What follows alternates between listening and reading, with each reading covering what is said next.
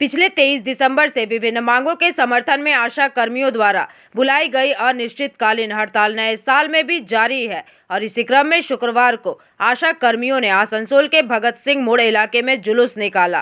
प्राप्त जानकारी के अनुसार इस जुलूस में क्षेत्र की सैकड़ों आशा कर्मी शामिल हुए। प्रदर्शन के दौरान उन्होंने अपनी मांगों के समर्थन में नारेबाजी की और सड़क जाम किया। आशा कर्मियों ने मानव श्रृंखला भी बनाई, जिससे कुछ समय के लिए यातायात बाधित रहा। प्रदर्शनकारी आशा कर्मियों ने स्पष्ट किया है कि जब तक उनकी मांगों को प्रशासन द्वारा स्वीकार नहीं किया जाता, तब तक उनका आंदोलन जारी रहेगा। পৌর স্বাস্থ্যকর্মী সকলে সারা পশ্চিমবঙ্গ ধরে আমাদের কর্মবিরতি চলছে।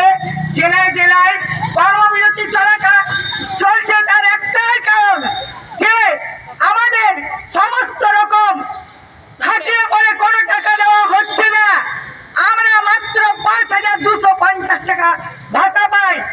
এই সামান্য ভাতা রানীগঞ্জ অনেকদিন জামুরিয়া থেকে রানীগঞ্জ ডিউটি দিতে যায়, পরিষেবা দিতে যায়, অনেক দূরে দূরে থেকে দিদিরা ডিউটি দিতে আসে। এই সামান্য ৫,২৫০ টাকার কি হয়? সারা প্রতি ৫,২৫০ টাকা ভাড়াতেই কেটে যায়। তাহলে আমরা কি খুব বেশি চেয়েছি? আমরা বলেছি সরকারকে আমাদের ন্যূনতম ১৫,০০০ টাকা বেতন বৃদ্ধি করতে হবে, আমাদের ১৫,০০০ টাকা বেতন দিতে হবে।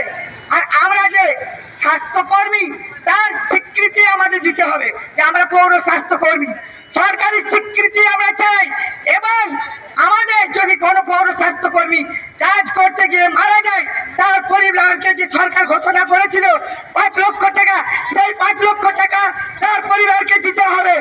এবং আমরা আমাদের কাজের বয়স হচ্ছে ৬৫ বছর, কাজের বয়স হচ্ছে ৬৫ বছর, কিন্তু এই ৬৫ বছর পর্যন্ত কাজ করতে গিয়ে যদি এর মধ্যে ডিউটি চলাকালীন কোনো আশাকর্মী যদি অসুস্থ হয়ে পড়ে, স্বাস্থ্যকর্মী অসুস্থ হয়ে পড়ে, তাকে সরকার ঘোষিত সেই যে এককালীন ৫ লক্ষ টাকা, তাকে সেই টাকা দিয়ে বসাতে হবে।